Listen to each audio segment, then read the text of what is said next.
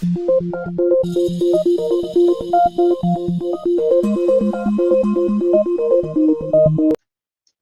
Assignment questions करते चलिए। Mention, वो देखिए चार्ट कितना सारा क्वेश्चन सॉल्व कराएगा आपको।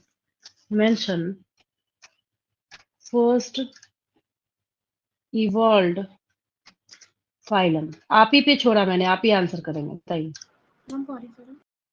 ठीक है, वेरी गुड। पहले है तो पॉरीफेरा, देन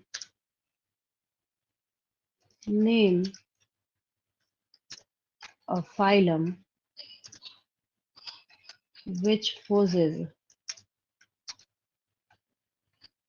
pseudocoelom। चलिए इतनी बार बोला आपको रट गया होगा, बोलिए। ठीक है, मैम वेरी इसकी good. एलिमेंट्रीज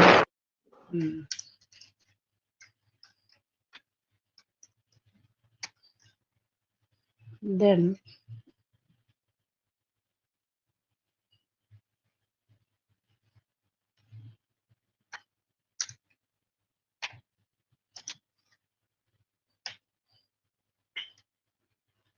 which phylum possesses cellular level of body organization। Porifera. Ma'am porifera. Very good.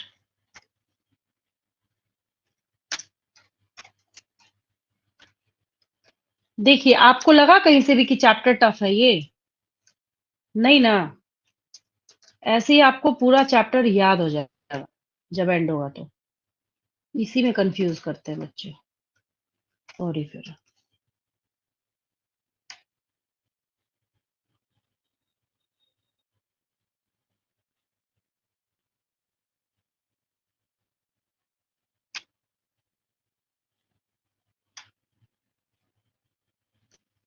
चलिए इस पेज का स्क्रीनशॉट लेंगे। Done ma'am. इतने क्वेश्चंस याद हो रखे थे आपको, है ना? Yes ma'am. Yes ma'am. Next,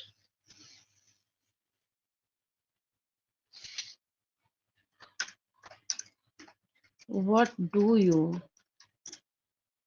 understand by the term coelom?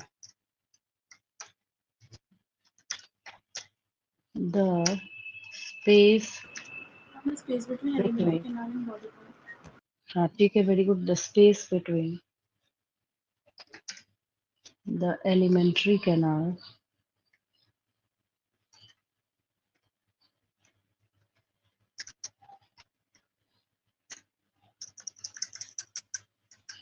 मैंने यहाँ पे विद इन ब्रैकेट ना गट भी लिख दिया है, कई बुक्स में गट लिखा होता है। Gut and body wall is known as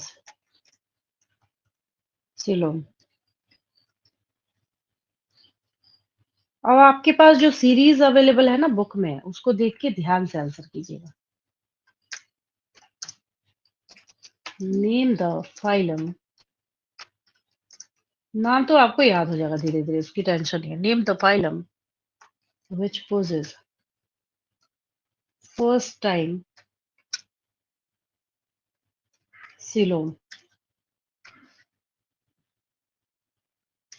Annelida. Annelida ma'am. हाँ ठीक है, वेरी गुड। कैसे समझ आया? मैम इसके लिए तो सूडोसिलोमेट है, उसके बाद से हाँ सिलोमिक्स ही आएंगे।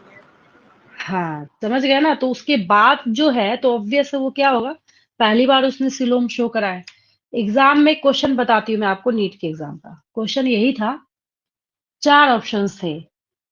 एक उसने लिख रखा था जेलीफिश, जानबूझकर कॉमन नेम दिया था उसने ताकि बच्चे दिमाग लगाए अपना वहां पे। एक उसने जेलीफिश लिख दिया, एक उसने डॉगफिश लिख दिया। ठीक है, जेलीफिश, डॉगफिश, उसके बाद एक कॉकरोच लिख दिया, और एक उसने क्या लिखा, अर्थवर्म लिखा। तो अर्थवर्म बिलोंग करता है एनिलीडा को। तो बच्चे को वहां पे करना क्या था, सबके फाइलम का नेम रिकॉल करना था एक बार कि कौन किस फाइलम को बिलोंग करता है, तो ऑटोमेटिकली उसको आंसर मिल जाता। वो ऑप्शन के बीच में ही घूमते रह जाते बच्चे कि क्या होगा, समझ गए? ऐसे ही क्वेश्चन के आंसर सॉल्व होते हैं। चलिए इस पेज का ले लीजिए screenshot. Done.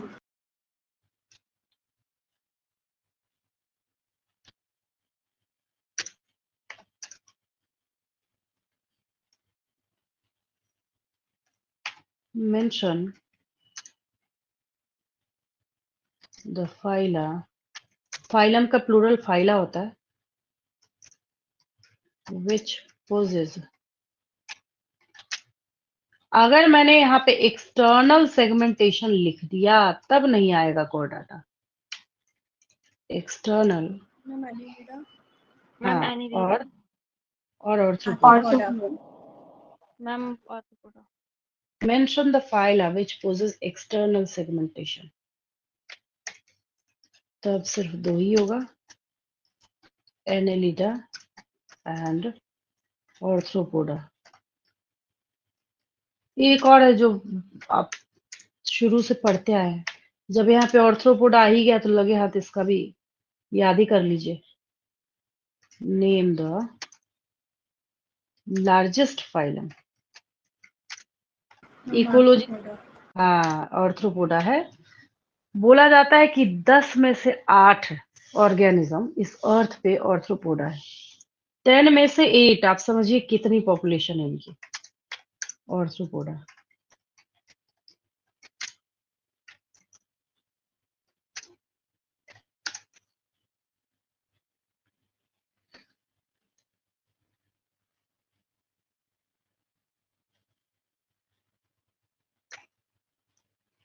Which phylum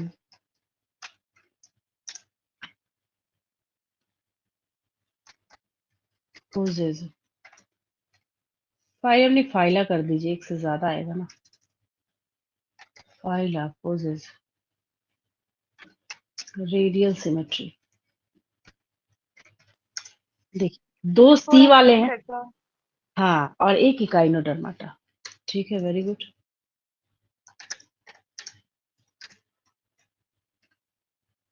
Cnidaria, Coelenterata है ही है, टीनोफोरा एंड इकाइनोडर्माटा। ये भी बहुत अच्छा question.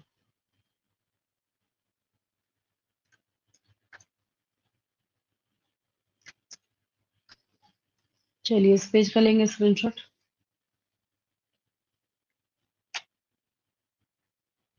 Done.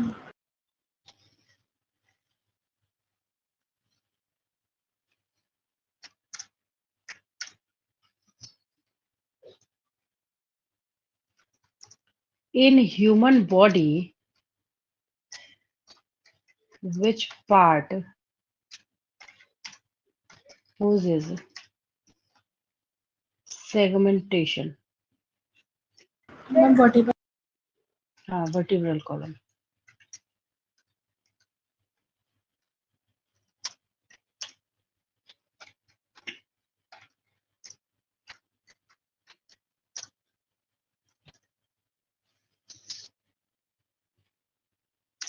Last question is write a detailed note on some important criteria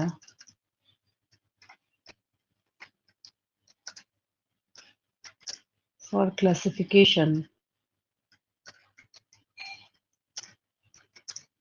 सबका अलग अलग होता है ना, तो मैंने यहाँ पे एनिमल किंगडम लिख दिया। जैसे कैसे मैंने 5 किंगडम का आपको सिखाया था, उसका क्राइटेरिया अलग था। वहां पे आपने सेल टाइप देखा था, नेचर ऑफ सेल वॉल देखा था, मोड ऑफ न्यूट्रिशन देखा था। यहाँ क्यों लिखेंगे, सब के सब हेट्रोट्रॉफिक हैं। आपने देखा हमने जबरदस्ती लिखा हो किसी में मोड ऑफ न्यूट्रिशन या वैसा बताने की कोशिश करी हो? तो यहाँ पे मैंने आपको बार बार रिपीट करा है कि बायो में जब जहां जितनी जगह पे क्लासिफिकेशन आएगा उतनी जगह पे उसका क्राइटेरिया जो है वो चेंज हो जाता है, बदल जाता है। ठीक है। और एक और चीज मैं आपको बोलना चाहूंगी, आप जब अपने नोटबुक में नोट्स बनाएंगे तो ये लास्ट क्वेश्चन जो है, जैसे आपने लिखा सेलुलर, तो पॉरीफेरा से लेके कॉर्डाटा तक चाहे आपको क्यों ना 10 बार लिखना पड़े, उसके लिए नहीं घबराना है, ठीक है। पॉरी पॉरीफेरा से लेके कॉर्डाटा तक सबका नाम लिखेंगे, सबके सामने मेंशन करेंगे कि किसमें सेलुलर है, जैसे आपने पॉरीफेरा में लिखा सेलुलर, फिर टिश्यू टिश्यू, फिर ऑर्गन, ऐसे करके सबका लिखेंगे। फिर सिलोम पे आए, सबका मेंशन करेंगे, चाहे जितनी बार आपको लिखना पड़े। अगर आपको इस चैप्टर में पीएचडी करनी है तो थोड़ी सी अभी इनिशियल लेवल पे इतनी मेहनत करनी पड़ेगी। मेरी बात समझ आई सबको? क्या बोल रही हूँ मैं? Yes ma'am. हाँ, जो भी क्राइटेरिया आएगा वो सबका लिखेंगे। अब मान लीजिए आप 10 क्राइटेरिया लिख रहे हैं, तो 10 टाइम्स सबका नाम लिखेंगे और सब में मेंशन करेंगे। इसके बाद फिर कहाँ दम बचता है इस चैप्टर में, तुरंत ओवर हो जाएगा। फिर अगर आपको याद रहेगा तो मैं एक फाइलम का नाम सिर्फ लिखूंगी ना, उधर उधर से पॉइंट्स आप खुद ही बोलना स्टार्ट कर देंगे, ठीक है। ये खासियत है इस चैप्टर की। यहाँ तक क्लियर है? बिल्कुल कोई डाउट नहीं किसी को? No, ma'am. No doubt. Yes ma'am clear. No, Yes, ma'am, no doubt.